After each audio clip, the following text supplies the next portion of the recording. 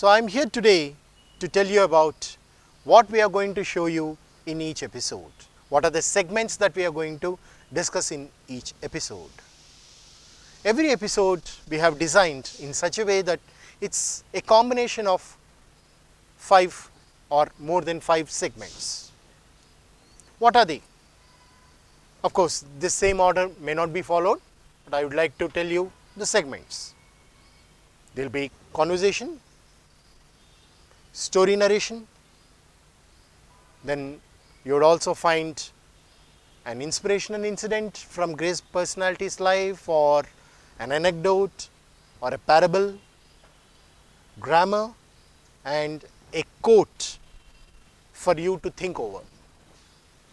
Now I shall tell you individually about these segments. So first I had mentioned about conversation.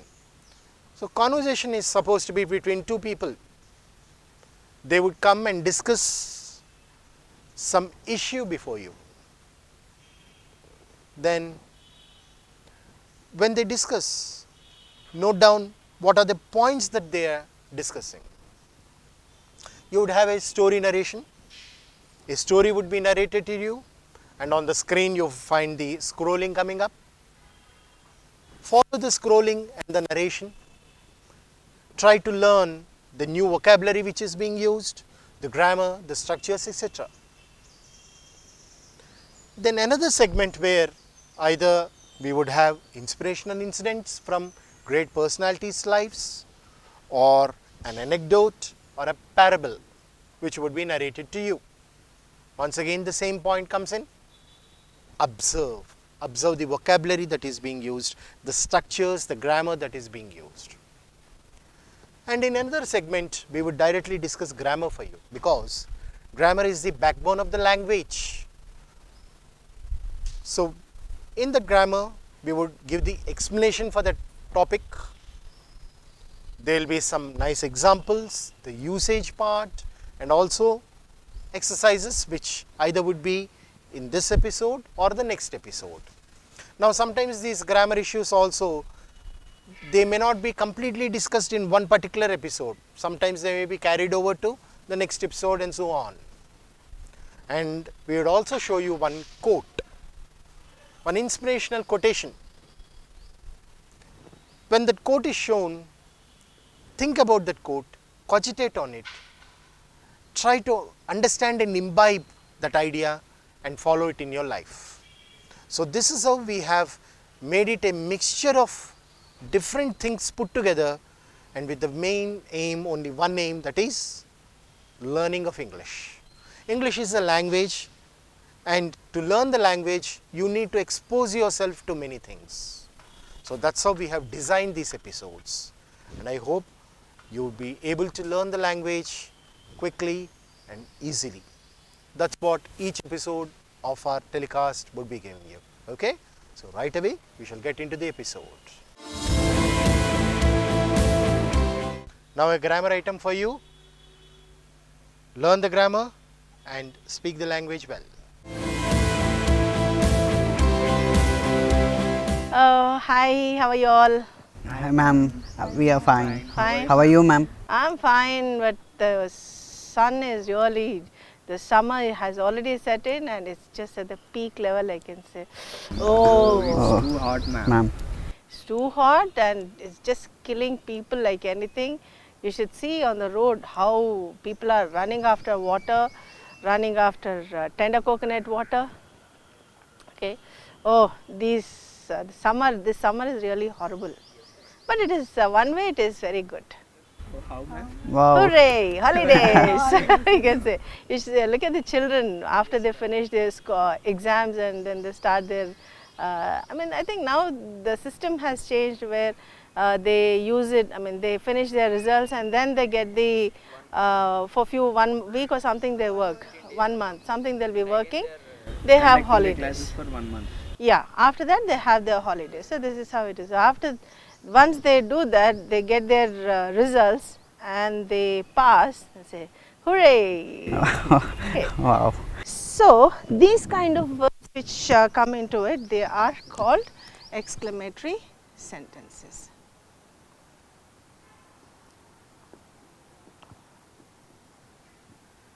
Okay. Exclamatory sentences are those sentences where we use the word exclaim.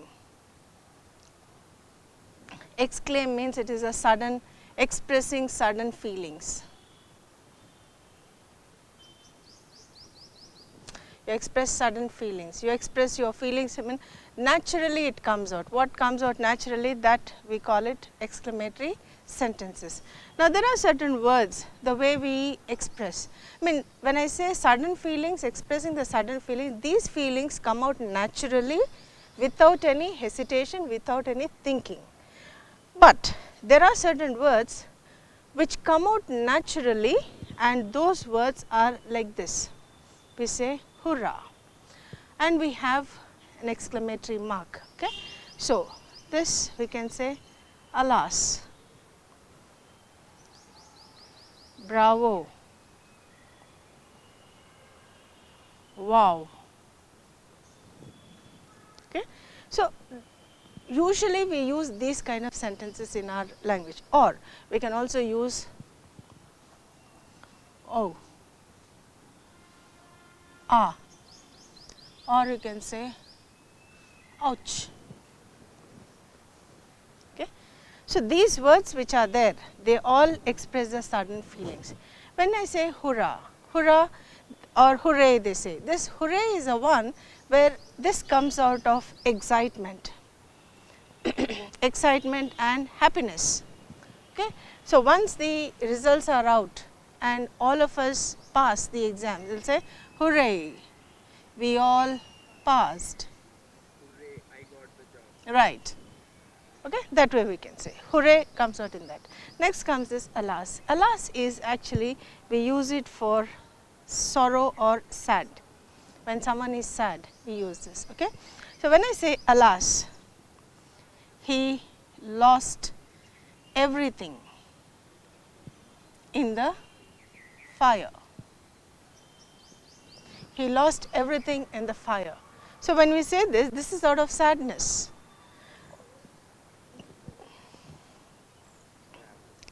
Okay, right. Bravo. Bravo with appreciation, we can say. Bravo, your voice is nice, man. Appreciation. This will be, appreciation will go out with when somebody meets certain challenges. Those we use this bravo. Okay, ma'am. Bravo, you got PhD.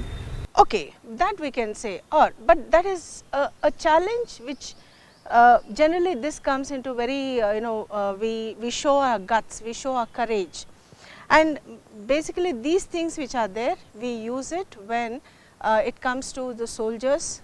They work in such climatic conditions and they return. People who climb Mount Everest, very difficult situations, okay, climatic conditions are very horrible, and those people, they come back safely, and it is not a simple thing, it is an achievement. So, there we can say bravo, you achieved it, you can say, right. You are standing in the bus stop and a beautiful Lady. car, a beautiful car is passing by, okay. So, you can say wow, just say wow. This is also nothing but a kind of appreciation comes out. So, a sports car is just going zip zap zoom there on the road. So, you say look at it and say wow, what a, just say wow, you can just say wow, okay. But you can also add the same thing instead, you can say what a beautiful sports car.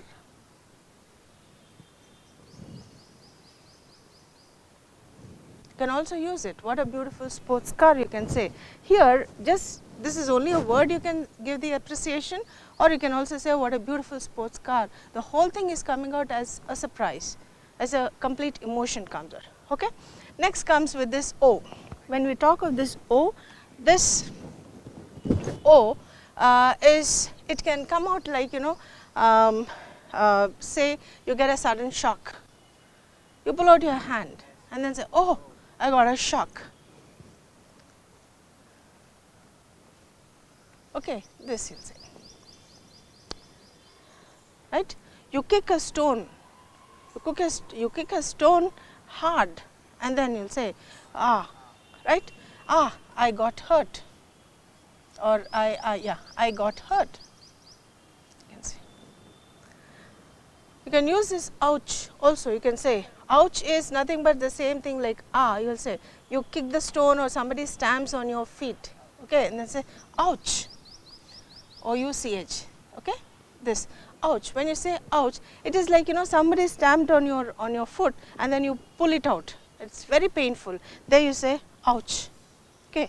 Without this, there is no need of giving any sentence. The word itself gives you the sudden expression. So, these are all the exclamatory words, where these exclamatory words are the ones which express your sudden feelings without any second thought, without any thought.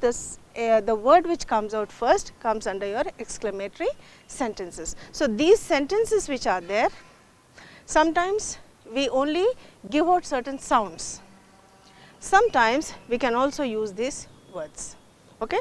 So, can you give one or two examples related to all this? Now, hooray! Hooray, I got the job. This should be, when you use this hooray, it should come out with complete excitement. Okay. Hooray, I got the job. Alas, Alas, his father died. his father passed away. Okay, instead of using the word died, you can use it passed away. It's very gentle, like the death itself is very harsh.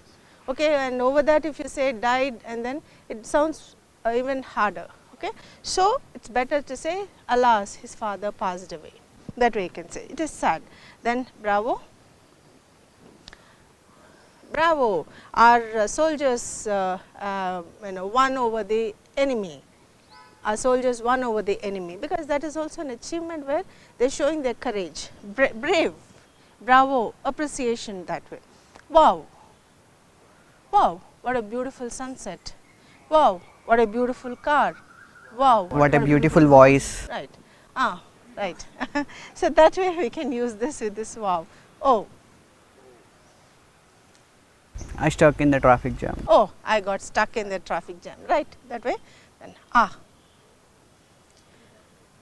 it's too hot. Okay, that way you can say ouch. Ouch. Ouch. Ouch, you stamped on my foot. Ouch, you kicked me hard. Okay, that way we can use this all as the exclamatory sentences. Fine. Yes, ma'am.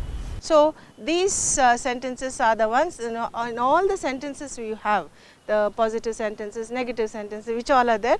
In this, these words express your intention. Rest of all, Okay, ma'am. Okay. Yes, ma'am. Hooray, I completed the shooting. yeah, that way we can say. So, hooray, we completed all the classes successfully. And this is a challenge, bravo, you did it. Okay, that way you can say, wow, what a class it is. Okay, right. Wow, what good students you all are. Oh, Oh, what Oh. an. second, it all goes by your expression. Okay, the voice expressions can, that O can be oh, okay, the O can be oh, that both the ways you can take. One can be for happiness, appreciation, one can also go for depreciation. So, that way our whatever feelings are can come out in the form of our voice. Thank you. Yes, thank you, ma'am. Now, listen to two people conversing with each other. They discuss some important issue. Varsha, why don't we talk about human relations? Sure. You know, I was thinking, we are not the only living creatures on this planet. There are so many other creatures like animals and birds, little insects who are living along with us. But as humans, what makes us special is that we have a mind, a heart, and a brain to think and feel emotions for one another. Exactly. That's why I think we should always do good to each other, because if we are good to each other, then we maintain and we form a healthy, good relation. Exactly. According to me, I think a relation can be of two types. One can be a blood relation and the other can be a relation that we maintain with outsiders. A blood relation will be like a relation between a mother and a child, relation between parents and children, relation between siblings, siblings ante between brothers, between sisters, between brother and sister, and a relation between you and your cousins, your extended family, that will be your blood relation. Another relation will be that we maintain with outsiders. Simple words, friendship. What you and I have is friendship, and I think it is very valuable to us. I agree. In fact, I think human relations is very important in a society because we are not the only people living in a society. There are so many different kinds of humans around us, and each of them has their own thoughts, their own viewpoints. No two people are the same. So if you and I maintain good relations and you maintain good relation with somebody else, then each of us is helping to make our society happy and healthy. True.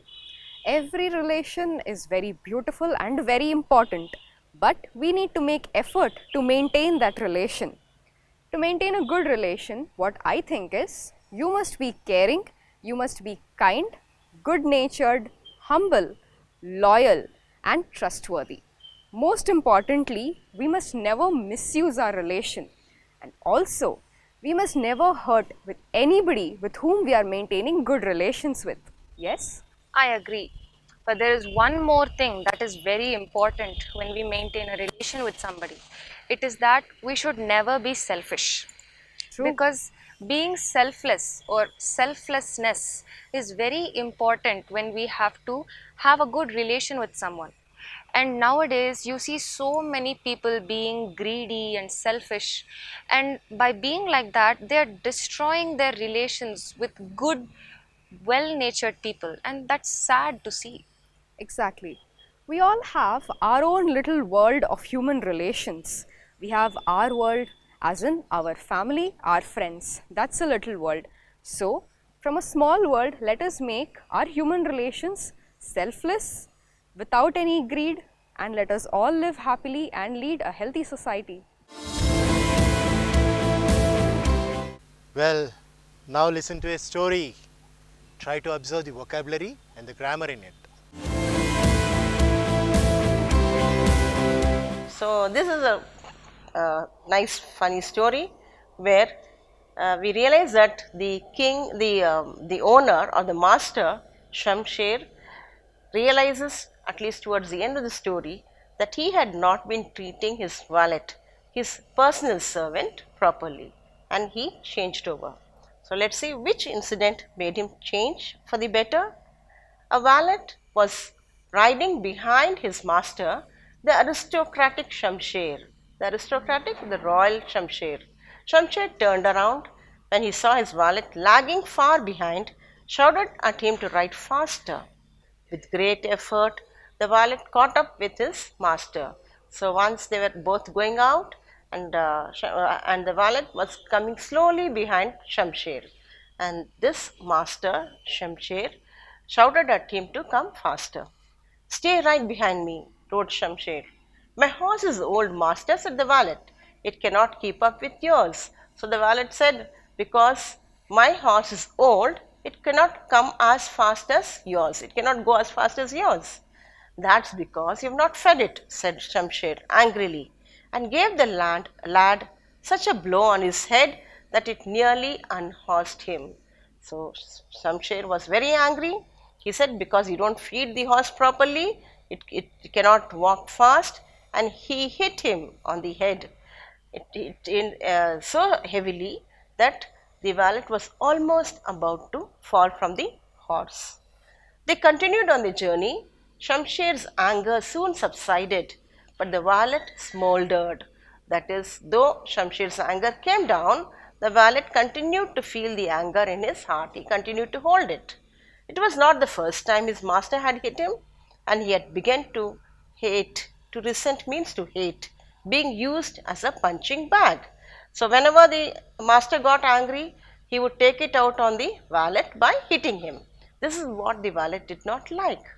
As he brooded, the sky became overcast and it began to thunder. Shamsher was afraid of thunder and looked up fearfully at the sky. So while they were walking, there were dark clouds in the sky and there were loud noises, that is thunder. And so Shamsher was afraid of thunder and he looked up at the sky with fear. When it thundered again, he closed his eyes tightly and hid his face in the horse's mane. Horse's mane is the neck of the horse with hair. His valet noticed his discomfort and a mischievous idea entered his head. So he was naughty, he had a naughty idea and he wanted to make his master realize something. So when next it thundered, the valet rode up behind his master and gave him a blow on the back of his head, at the same time shouting, "Lightning!" So he knew that the master would close his eyes, so he hit him on the back of his head and shouted, "Lightning!" Shamsher thought he had been hit by lightning and slumped onto the back of his horse. He almost lay down on the horse. After some time he raised his head again. When again it thundered, the valet gave him another blow, shouting as before. This happened again and again. On the 10th occasion, the aristocrat fell from his horse and became unconscious. So this is what happened.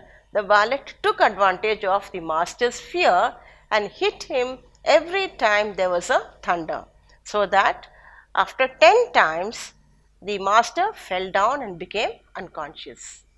The valet dismounted and sat beside him. So the valet also got down from the horse and sat beside him. He felt remorse, that is sorry, for what he had done. After all, the man was his master and also much older than him. When Shamsher began to stir, the boy quickly lay down and closed his eyes. Shamsher got up and was pleased to see that his valet too had been knocked unconscious. He began to shake him. The lad opened his eyes and pretended to be dazed. So the valet got on, felt sorry for the master for having hit him, because he was after all his master and he was also older. So when the master, Shamsher, started moving, began to stir, the boy quickly lay down close to the master and closed his eyes.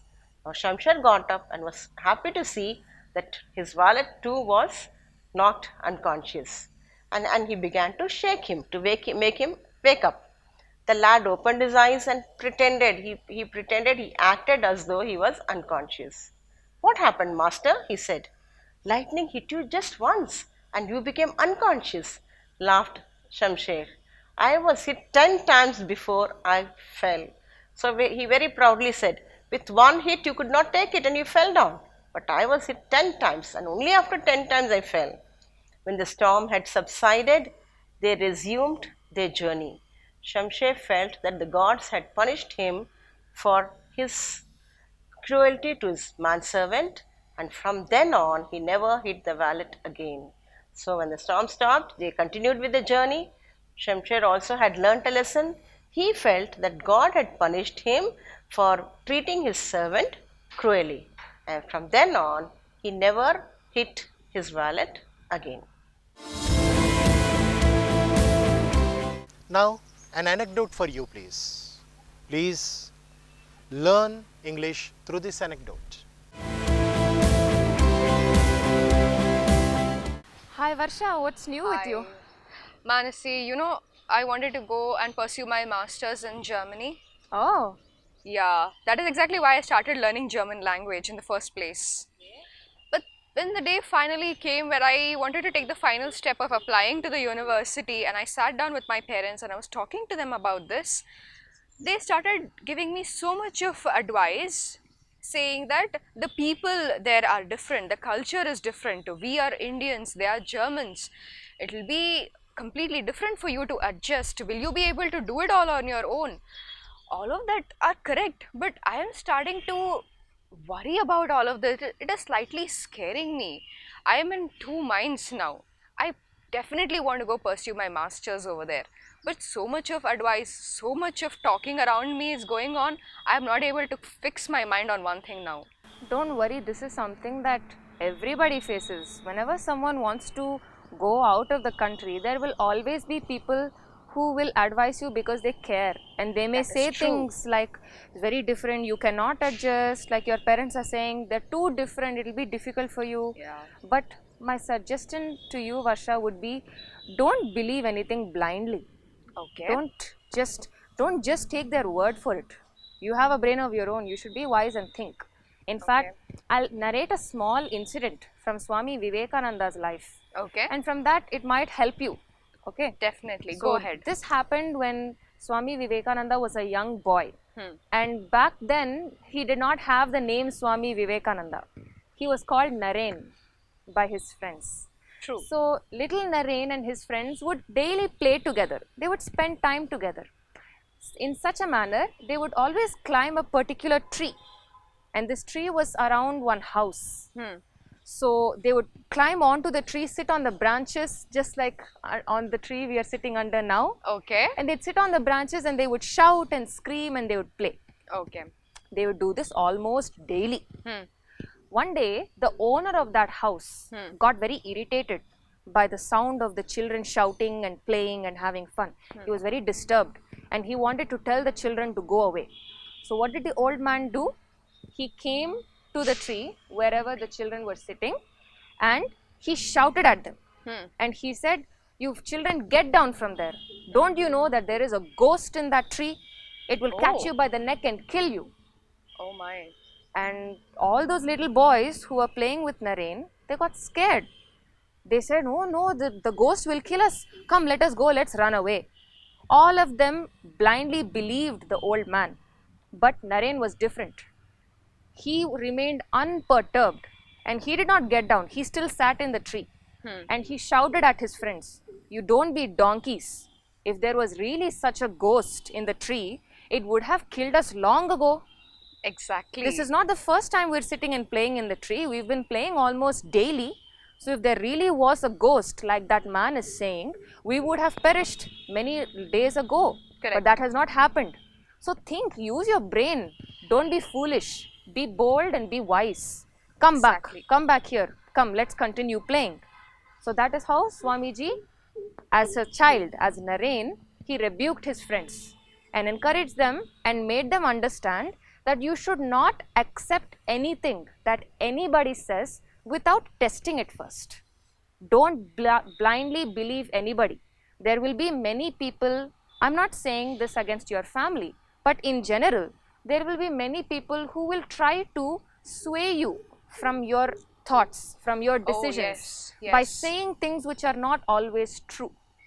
But don't blindly believe everybody. Even though your family are advising you on masters because they care for you, you should not take their word blindly. Just because they're your family, ala namestanu an undakudu. Ask them, try to make them understand, and you also learn in the process. So always test things before accepting. Exactly. And just like how Swamiji narrated the same story, saying that if the ghost was real, we would have perished long back. Exactly. And if going abroad or studying or experiencing something new, different, and studying would be something so scary, most of my friends would not have gone there. Exactly. So I should also do my research, study, and then be bold enough to take a correct step. Very much so. You made a good point. Just like you said, if it was that difficult, there would not be other people doing the very same thing. Exactly. There are a lot of people going to Germany, to the US, to Australia, to so many countries.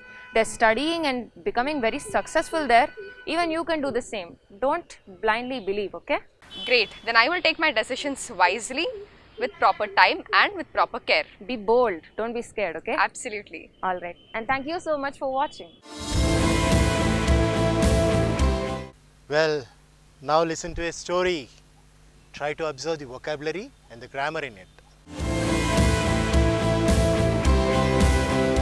Secret of Casket. This story tells us that our parents, they do a lot for us, but when it comes to giving it back to them, how the sons think about it twice before doing so, and how a mother who had to play a trick on her sons to make them take care of her. So here's the story. The name of the story is Secret of Casket. A casket is a box which is covered. It could be a small round box, it could be long, but any kind of a box with a cover. On her 75th birthday, Savitri distributed her wealth among her 4 sons and announced that she would spend 3 months of the year with each son in turn. So the mother gave away all her wealth and hoped that and thought that her sons would take care of her. The arrangement worked well for a while, and then the old woman found that the welcome she received at each son's house was becoming less and less cordial. So finally, she began to feel positively unwanted. Now she saw her sons in their true colors. Money meant everything to them. People came second. So she took turns to be with each of her sons, but then realized that slowly the respect, the treatment she was receiving from them, from her sons, was becoming less and less polite. And so she realized that for her sons, money was more important than anything else. One day, Savitri's friend Sarada came to see her. Sarada was distressed to find her son in such an unhappy state and advised her on what to do. Afterwards, Sarada tearfully embraced her friend and left. So this friend of Savitri, Sarada, when she came and saw her, she was very sad to see her friend in such an unhappy state, and she told her what should be done. And afterwards, she hugged her friend and left. A few days later, towards sundown, Savitri went out without telling anyone where she was going and returned an hour later, her clothes covered in mud. So towards evening one day, she left the home and came back with dirty clothes. "Where did you go?" asked her son, and then, seeing that she was holding a small ornamental chest, hurried to her, his gaze riveted on the casket. So she came back, and when the son asked, "Where did you go?" he saw that she was carrying a small box which had precious stones all around it, and so his eyes were caught by it, and he said, "What is that?" "Something that could change all our lives for the better in different ways," said his mother. "What does it contain?" "You will find out when I am dead and gone." So that's what she told. She didn't tell him what it contained, but said, "You will know after I die." The young man lost no time in informing his brothers about the casket. "It is obvious she has not given us all her wealth," said the eldest. "She must have kept back some of her more valuable gems. God alone knows how many caskets the wily woman has buried." So instead of being happy for what she has already given them, the sons discussed that this cunning woman might have buried some more treasure somewhere else. They questioned their mother, but she refused to tell what the casket contained, or even if there were more caskets hidden elsewhere. Many a time the brothers tried to open the casket in her absence, but it was securely locked and they could never find the key. So they tried to ask her, they tried to open it, but they couldn't find anything. But now Savitri no longer felt unwanted. Her sons and daughters-in-law fussed over her and went out of their way to make her feel welcome. In fact, now each son tried to persuade her to stay longer than the 3 months, but she never extended her stay, not wishing to show a preference for any son. So she didn't want to show any partiality, so she just stayed for 3 months, though all of them started treating her like royalty. They gave her whatever she wanted and they gave her a lot of respect. She passed away in her sleep a few days before her 84th birthday. Her friend Sarda came for the funeral rites. Before departing, she handed over a key to the dead woman's eldest son in the presence of his brothers. So finally this lady passed away in her sleep when she was 84. Her friend came for all the religious ceremony related with her death. So before she left, she gave a key to the eldest son. "This is the key to the casket," she said, and left. The sons and their wives hurried to the old woman's chamber in great excitement. This was the day they had been waiting for weeks and months and years. They bolted the door from the inside and huddled around the casket. With trembling hands, the oldest brother fitted the key into the lock and turned it. So all of them were eager to see what was in the casket. All of them came together. They had been waiting for this for years. And finally it was almost within them, close to them. So they opened the lock of the casket. It opened with a click. The man flicked open the lid, and then they all stared with disbelief at the contents. Ordinary pebbles. So what they found inside when they opened it was only normal, ordinary stones. "The gems might be below," said the oldest brother, and frantically overturned the contents. All they found was a note from their mother. It read, "Great disappointment awaits all those whose lives center around money. It is a sad thing when an old woman has to resort to trickery to get her sons to look after her. It shows a lack of character, not only in her sons, but in the mother too. You at least have time to change yourselves, and my last message to you is try to do so." So the mother taught them a lesson in life that never judge people or never weigh people by money. People can never replace money, and money is never an equivalent for people. Thank you. It's a parable that you're going to listen to. Observe the words, the structures, etc. Hello everyone, good day to you all. In this part of today's episode of English for All, we will listen to a small parable. It's story time. So like we always do, after listening to the parable, my friend Varsha will explain the moral or the essence of the story. Pay attention because every moral is important, and this one is very important too. The story is about a young girl called Mary. Now she is from a poor family. Her parents could not afford everything that Mary was asking for. Now like any other young child, even Mary also had a lot of desires. Every time she would go out with her friends or she would go out with her family, she used to see a lot of items and toys and ice creams and everything. So even she wanted a lot for herself. Whenever she asked her parents, all they said that we don't have money, we cannot afford to buy so many things.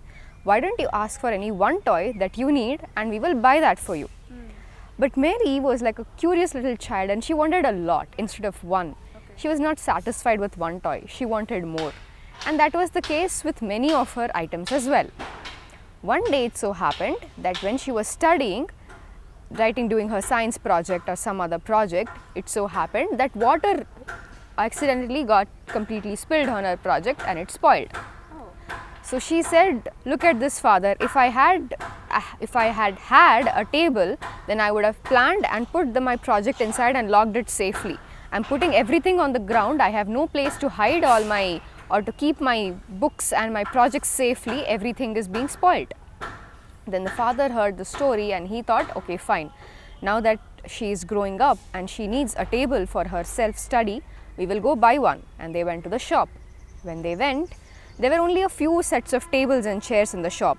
So Mary went around, she looked, and the father said, "You choose anything that you want and I will buy. If it is coming within the budget, then I will buy." And they went. And mind you, this was a second-hand furniture store. Second-hand ante somebody has already purchased, used it and then sold it to the shop. So Mary and her father went to that second-hand store and they wanted to purchase a table. When they were purchasing a table, Mary came across one particular black old table and she opened and saw that there was some money inside that table. That money belonged to somebody else, but that was there inside the table. So what she did, now that is when her greed and her selfishness got the better of her. She thought, maybe somehow I can trick and buy this table. She kept the money as it is, she locked the drawer, she came to her father and said, "Father, I want this particular table." The father said, "That is too old, that is broken at places, why don't you choose a better one?" But she said, "No, I will mend it, but I want this particular table." And this is the first lie that she said. She didn't tell the actual reason why she wanted the table. It is because of the money that was there inside. Somehow or the other, she convinced her father and they purchased the table, they brought it home.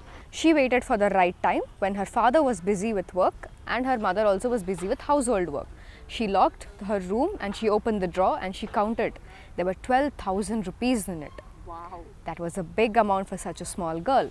Now she thought, I can have everything I want. I can buy all the toys in the world. I can buy a lot of ice cream. I can buy a lot of things for myself. So I'm sure she would have definitely went and first bought ice cream. Definitely. The next day when she went to school, she took some money out of that drawer, she put it with herself. She went, she purchased some ice cream and she also purchased a small toy. Now on her way back home, what happened? She already spent some money. Now she had a new toy inside her bag and she came home. Now this is where things started getting complicated. Now she had to lie something about that toy. If her mother asks, what is that she's supposed to say? She said it was her friend's toy. She lied there again and she brought that new toy in the house. The moment her mother asked, she said, "No, it is my friend's toy, I brought it home." And she played with it. Same way, she started continuing this habit of purchasing a new toy or an ice cream or another item, and she said that her friends started giving it to her. And every day, this lying slowly became a habit to her. And she started concentrating more on the money, on the gifts, on the toys than her studies. And the same way, the results also showed. She started scoring less. Apparently, she failed in 1 or 2 subjects. That is when she sat and she thought about it and she started crying. She said, "What have I done? It was so mean of me. This is something so wrong. This money doesn't belong to me in the first place. This must go back to the shopkeeper himself." She called her parents and she narrated the entire incident. She told, "This is what it is. There was only that 12,000 rupees inside that drawer which didn't belong to me. Only out of my greed and selfishness, I lied for that money and I purchased all these toys. I want to return back all the toys. I want to give all the money back to the shopkeeper." They went, the father heard the story, he consoled his daughter, he took the table back and he gave it to the shopkeeper. He told, "The table and the money belongs to you, sir. Please keep it and forgive my daughter." The shopkeeper heard the entire story and he said, "Okay, fine, let it be. She's a small girl, we can excuse her for now." She learnt the lesson the hard way and then they came back home. What we understand over here is lying is a very, very, very bad thing to do. Now that girl, she was a small girl, she didn't realize what was correct and what was wrong. All she thought was, if I have money, then I can buy a lot of toys, I can buy a lot of ice cream for myself. Only because of that desire, she started lying to her own parents. And what happened ultimately? That lying didn't give her peace of mind at all. She started to cover up one lie, she started another lie. And that is how the chain of lies started. And this is how lying also turns eventually into a habit. We must be very careful. Lying anedi, we may do it for good or bad reasons, but still it is lying. She didn't do any harm to anybody. She only purchased toys and ice cream only for herself. She didn't harm anyone else. She didn't mean any harm. But still she lied. That money didn't belong to her. Now she had the money, she spent. She bought a toy. Well, Marie, what is she supposed to tell her mother? Now to cover up that one incident, she lied again. And again the next day if she does something else, then another lie. So one lie is leading to a chain of sets of lies like that. This is how the children will learn the lying, and this is how lying becomes a habit. And because the child starts lying, it so happens that the parents will lose the trust in the child. The child will start making lying as a habit with everybody, not just with the parents, it will be with everybody. And this kind of dishonesty or lying or cheating will also affect in their academics, like how it affected this child as well. We need to be careful, to be content with what we have, not let any unwanted desire cause us to tell a lie and to obtain something untruthful way. That's true, Varsha. Honesty is a very good thing to abide by. And the minute, like you said, the minute we go down the path of dishonesty, one lie will lead to another and another lie leads to another. Exactly. So it is an endless cycle, it's a vicious cycle of dishonesty, and in the end we are the ones who are going to be hurt because of that, not anybody else. So just as you said, I hope that every single person who is listening to this story adopts that concept of being truthful and not Exactly. lying, because lying is such a bad habit. True. That's a really nice story, really well narrated also. Thank you. Sadly that the girl had to learn the hard way. Let us just hope that none of us have to learn the hard way like the girl did in the story. Exactly. Thank you so much for listening, and we'll see you till next time.